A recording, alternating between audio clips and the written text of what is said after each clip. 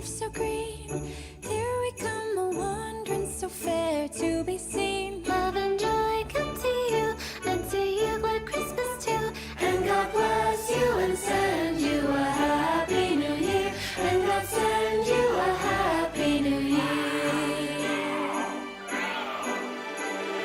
Deck the halls with boughs of holly. Fa la la la la la la la. 'Tis the season to be jolly. Fa la la la la la la la. Got a drip, put it on, turn a king from a pawn. Royal blood is running strong, sing it fa la la. The party got me spitting while the Fahrenheit is slipping. Catch me hunting while you're waiting, celebrate until it's gone. Rock. Dashing through the snow in a one-horse open sleigh. O'er the fields we go, laughing all the way. Bells on bobtails ring. Making spirits bright. What fun it is to ride and sing a sleighing song tonight. Oh, jingle bells, jingle all the way. Oh, what fun it is to ride in a one-horse open sleigh. Hey, jingle bells, jingle all the way.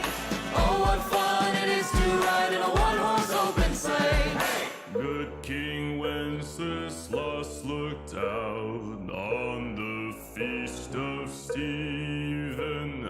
Silent night, holy night. All is calm, all is bright.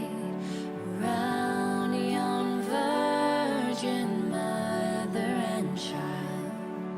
Holy infant, so tender and mild.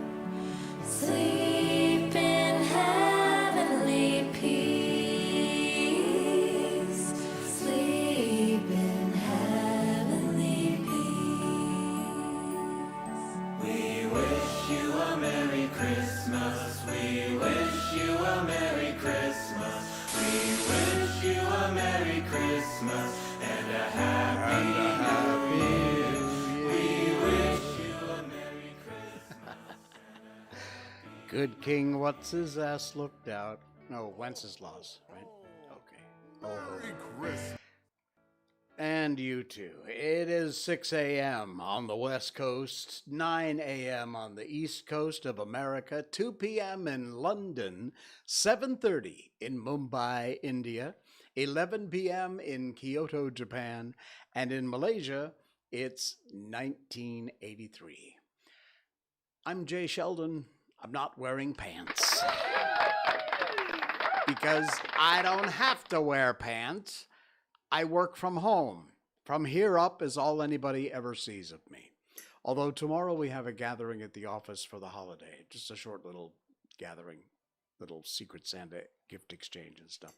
So I'll have to put some pants on, which is, Hey, JJ, good to see you. Welcome into the stream, JJ. And I don't want to bring you down right at the start of the show, but my sympathies to you. I kind of know what you're going through. I've been there, and JJ lost a dear fur friend of his in the last week or so. So we send out a cyber hug to you. All right. What else we got going on here? We got a lot going on. It has stopped for most of us here. You're welcome, JJ. Really, you're a dear friend. I feel for you. It has stopped for most of us in peninsular Malaysia with the rain for the last day and a half, 2 days. But the future forecast doesn't look all that good, and we're going to talk a lot about that tonight. We're going to have kind of a short stream tonight. It's not going to be as the usual, just under an hour, but some important stuff coming up. So first of all, the real important stuff would be this. Miko update. Miko update. Look how purple that wall is tonight. Wow. Hey, she's doing great. She is so excited. About an hour ago, she almost peed herself. She was so excited because my significant other got back, and she is very happy about that. And she's doing well. I told you on the last stream on Saturday night, she was having what, for all the symptoms and all the research I could do, looked exactly like kennel cough. I got some home remedy advice from the vet and a little bit of honey. Dogs are not supposed to have a lot of sugar, but in small amounts is okay. And of course, honey is great for its antibiotic properties. It also helps to soothe the silica, whatever it's called, in the throat. And I added some humidity. We have a little humidifier, so not that we need any more humidity in Malaysia, especially lately, but it really helped a lot. And she is 1,000% better. Yesterday, just a couple of coughs, and today, nothing. So health-wise, she's recovered, and she seems to be fine, which is a really good thing. Let's see. Yesterday, by the way, was the winter solstice. Yeah, I posted this picture, which is a beautiful snow scene of the sun through some trees. And it was the shortest day of the year. And although here in Malaysia, because we're almost on the equator, the days are pretty much the same. But technically, because the earth shifts and tilts, for those of you like in my home state back in Connecticut, well, you really know what it's like. So yeah, happy solstice. And oh, check this out. I didn't mean to share this tonight, but since we're looking at it, look at this idiot, this moron. There she is when she had her first lip injection. And now look at what she's turned into, this garish, disgusting cartoon character of a person. And she says she has no plans to stop. This is Andrea Ivanova. She got her first lip injection at 21 because she was feeling insecure about her appearance. These people are sick. They need professional help. They really do.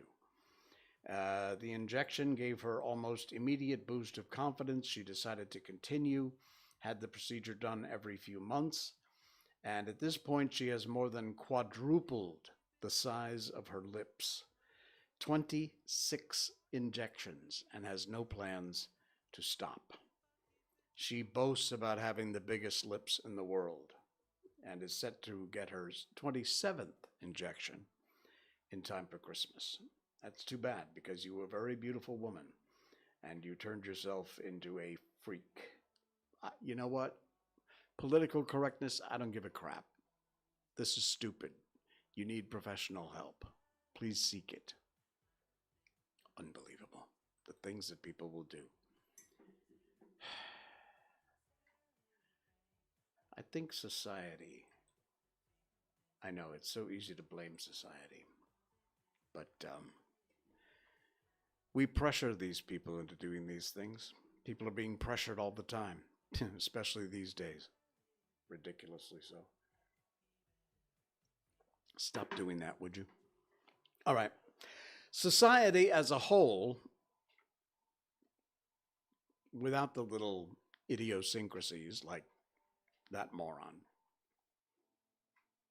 I believe, is an amazingly wonderful, warm-hearted, big-hearted, giving, caring group of people. Society as a whole.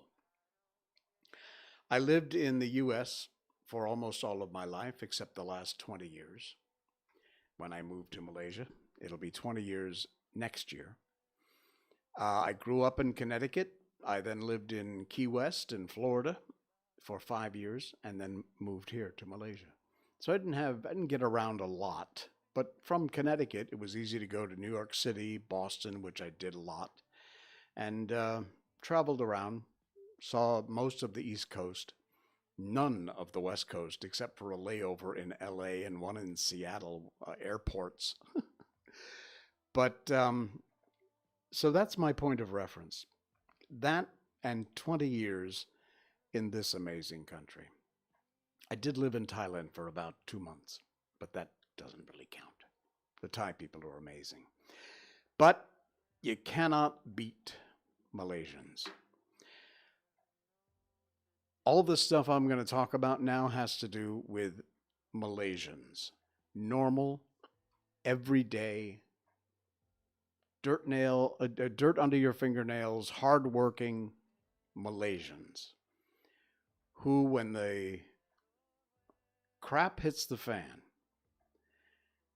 give out and give of themselves and open up their wallets and their food cupboards and their clothes cupboards, and they give and they give.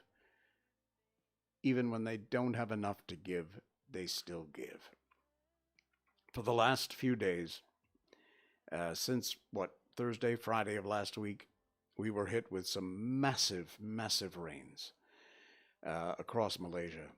And I'm sure you've seen it. In fact, Luna was in the stream on Saturday night or Monday night. She said she was reading about it in the U.S. It's become a bit of world news, at least some coverage. But we have been hit. The last I saw, it was 27 or 37 fatalities caused by the flood, and that number, sadly, is expected to grow. Tens of thousands of people have been put out of their homes because of the flooding, and it's a mess. There is still, to this moment in time, flooding in parts of Malaysia. And in the description tonight, which we call our show notes down below, you will see the very first link in our show notes is a link to a list from, I think it's Coconuts, of places that you can offer assistance if you want to. And I sure know you want to, because these stories, they were all over social media. A lot of them were privatized or sent out only to people's friends, and I don't share here on the air those links. If a link is public, fair game. Anybody can see it. So I use it on the show. If it's not public, I won't put it on the show because it's not public. I happen to be a friend of that person. That person only wants to share it with their friends, so I respect that, of course.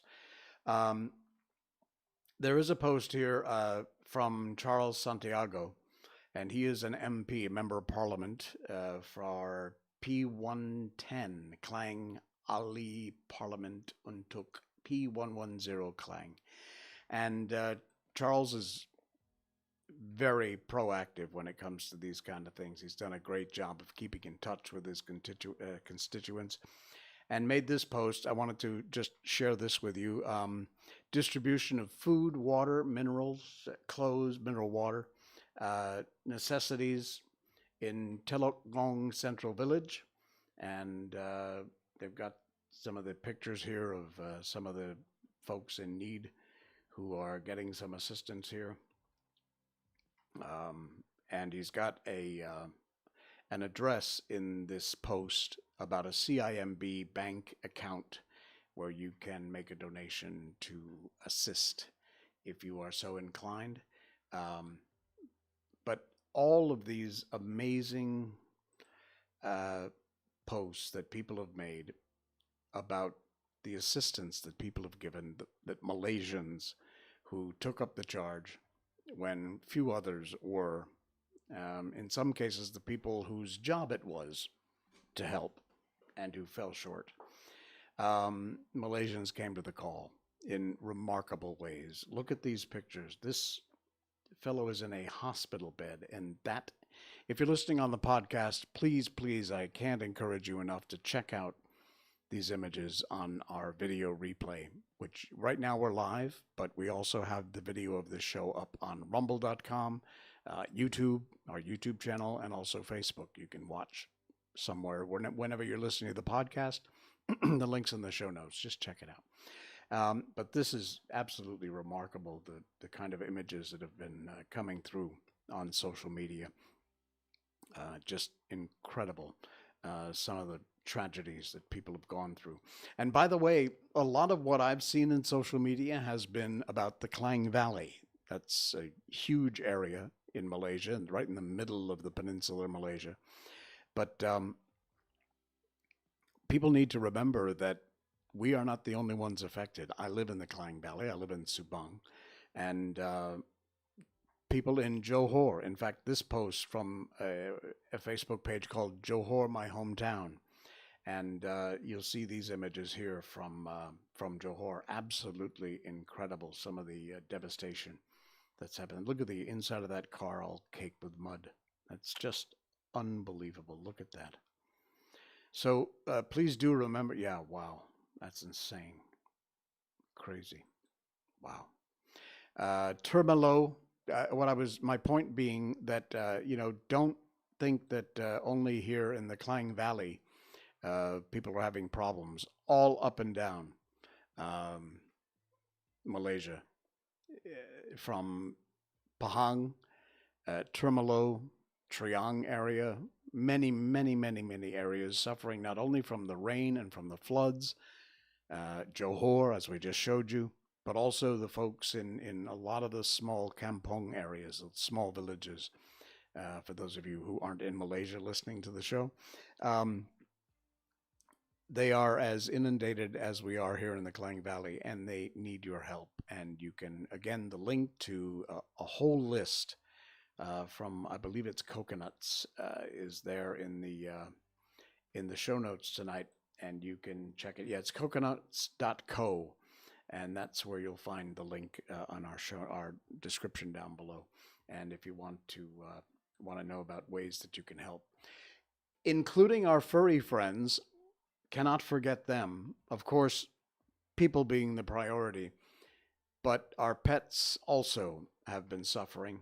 Check out this picture from some great. My friend Amir posted this. It's a public post, but this is so heartwarming to see some guy who's gone in with some sort of canoe or whatever it is, longboat, and picked up all these dogs who were stranded in the floodwaters.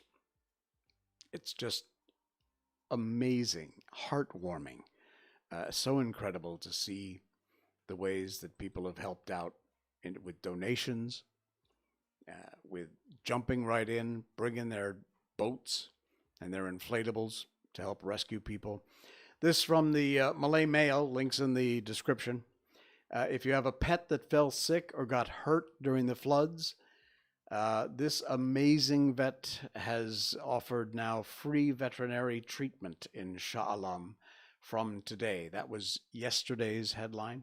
So it's still, as far as I know, going on today. Again, the link's in the show notes if you want to know more about it. But a tip of the hat and a hearty hi-ho to this amazing vet service.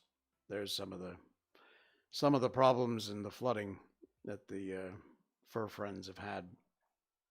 So yeah, there is okay, we don't need all the ads. Animal lovers seeking medical treatment for their sick pets or injured strays that survived the flooding in Klang Valley can take them to a temporary mission in Shah Alam starting yesterday. The emergency medical mission launched by the Malaysian Veterinaries Medical Association, MAVMA.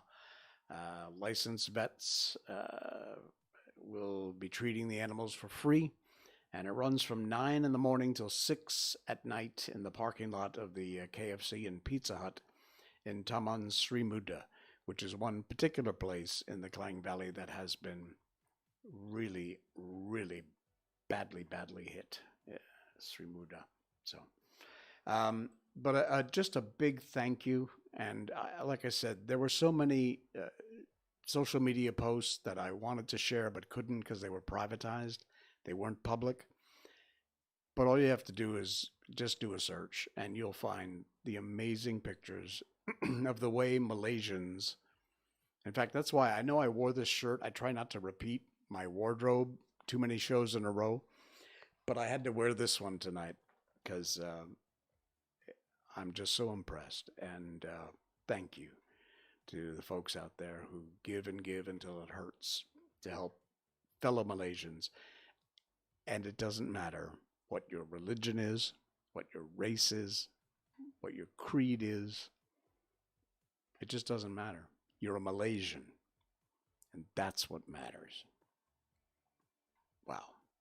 Sadly, the news isn't good from the Met Malaysia, the meteorological department here in Malaysia. They say the weather forecast for the future a few days until next Tuesday shows that more rain is expected. Now, I'm going to guess that over the last day and a half, 2 days, that we haven't had any massive rainfall. Things have receded a bit, but just be aware they are still likely way above normal, even though they've gone down. And it wouldn't take a whole lot more rain to be right back in the middle of this problem again. And sadly, the Malaysian Meteorological Department says, be aware. We likely are going to get it. So keep an eye on the forecast. You can find weather radar for free. Just do a search. You'll find it. Stick Malaysian weather radar and you can see live time radar. I have an app on my phone, by the way, which is very helpful. It's called Windy. If you find Windy, it'll geolocate you and it'll show you weather satellite, rainfall, live time. Very, very helpful. I use it all the time. So things sadly do not look really great for the next few days through like next Tuesday, as I said. Thunderstorm warnings in some areas, weather forecast, rain expected. Please be aware.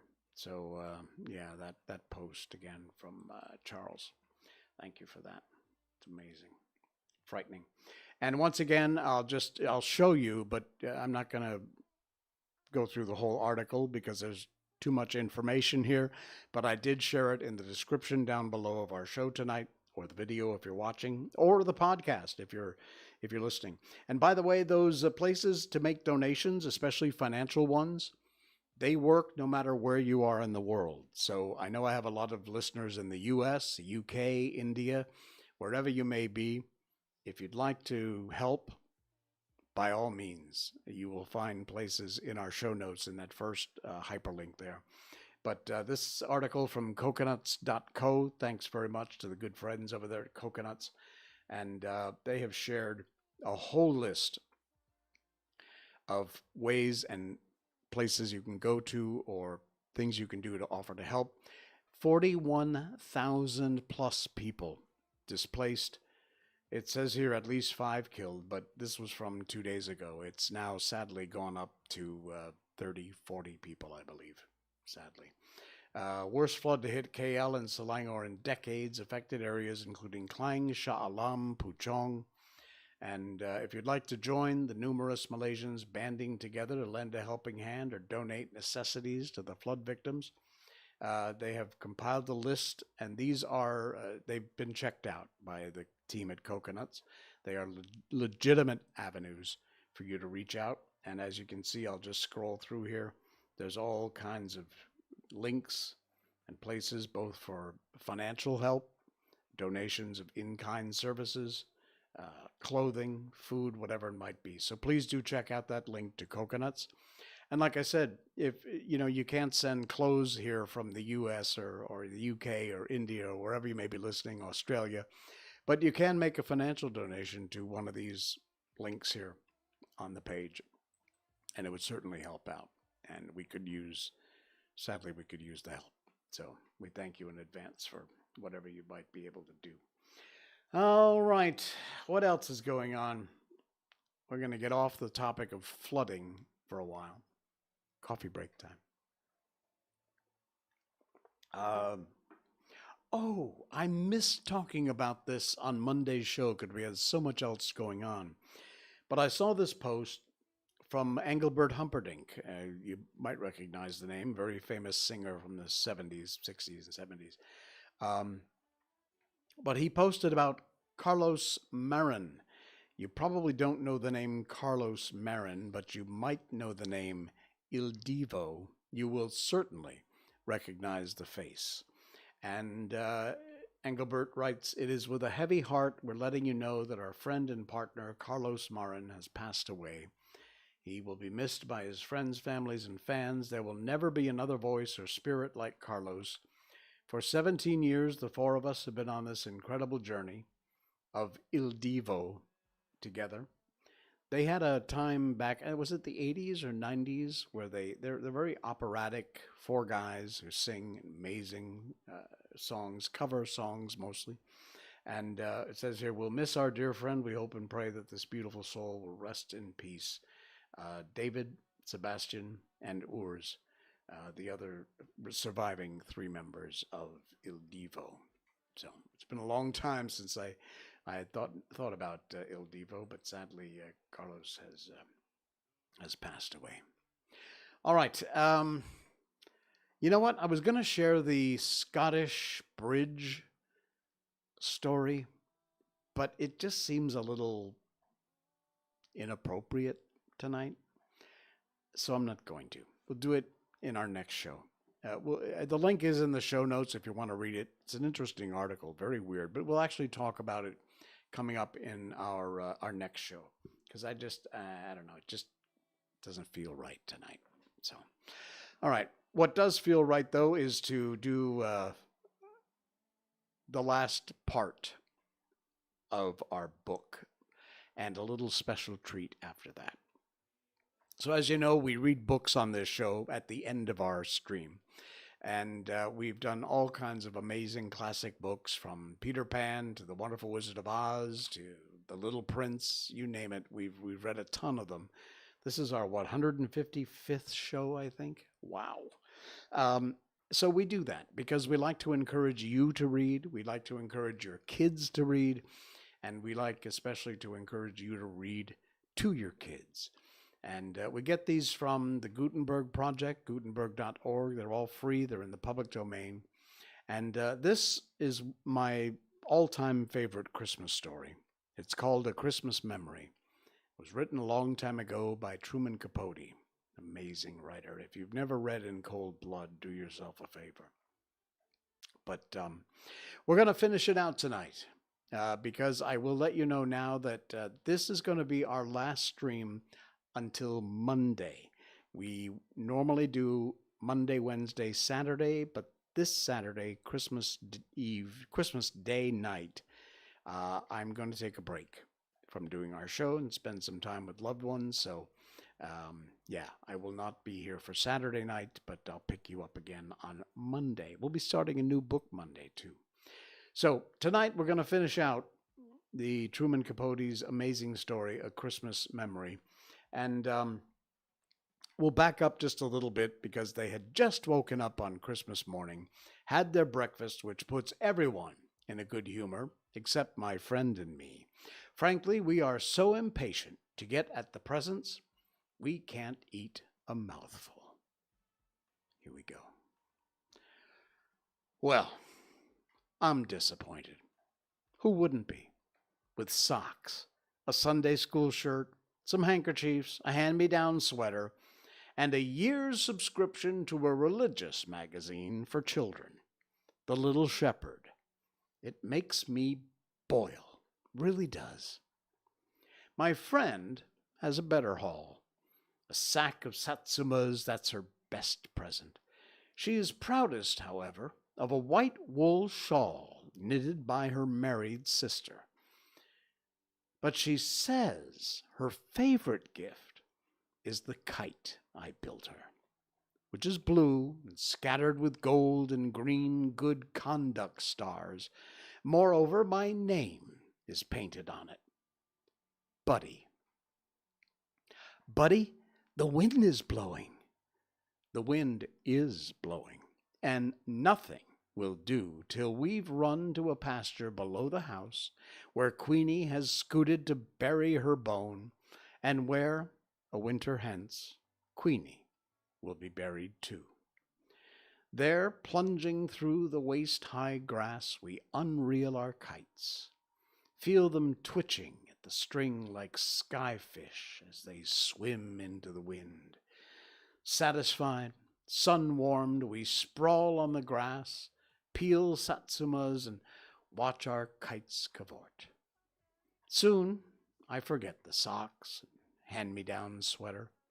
I'm as happy as if we'd already won the $50,000 grand prize in that coffee naming contest. My, how foolish I am, my friend cries, suddenly alert, like a woman remembering too late she has biscuits in the oven. You know what I've always thought? She asks in a tone of discovery and not smiling at me, but a point beyond. I've always thought a body would have to be sick and dying before they saw the Lord. And I imagine that when he came, it would look like at the Baptist window, pretty as colored glass with the sun pouring through. Such a shine you don't know it's getting dark. And it's been a comfort to think of that shine taking away all the spooky feelings. But I'll wager it never happens. I'll wager at the very end a body realizes the Lord has already shown himself, that things as they are, her hand circles in a gesture that gathers the clouds and kites and grass and Queenie pawing earth over her bone. Just what they've always seen was seeing him. As for me, I could leave the world with today in my eyes. This is our last Christmas together. Life separates us. Those who know best decide that I belong in a military school, and so follows a miserable succession of bugle-blowing prisons, grim reveille-ridden summer camps. I have a new home now, but it doesn't count. Home is where my friend is, and there I never go. And there she remains, puttering around the kitchen, alone with Queenie, then alone. Buddy dear, she writes in her wild, hard-to-read script. Yesterday, Jim Macy's horse kicked Queenie bad. Be thankful she didn't feel much. I wrapped her in a fine linen sheet and rode her in the buggy down to Simpson's pasture, where she can be with all her bones. For a few Novembers, she continues to bake her fruit cakes, single-handed. Not as many, but some. And of course, she always sends me the best of the batch. Also, in every letter, she encloses a dime, wadded in toilet paper. See a picture show and write me a story. But gradually in her letters, she tends to confuse me with her other friend, the buddy who died in the 1880s. More and more, 13ths are not the only days she stays in bed. A morning arrives in November, a leafless, birdless, coming of winter morning, when she cannot rouse herself to exclaim, "Oh my, it's fruitcake weather." And when it happens, I know it. A message saying so merely confirms a piece of news some secret vein had already received, severing me an irreplaceable part of myself, letting it loose like a kite on a broken string. That is why, walking across a school campus on this particular December morning, I keep searching the sky, as if I expected to see, rather like hearts, a pair of lost kites hurrying towards heaven. Wow. Truman Capote. Absolutely incredible story.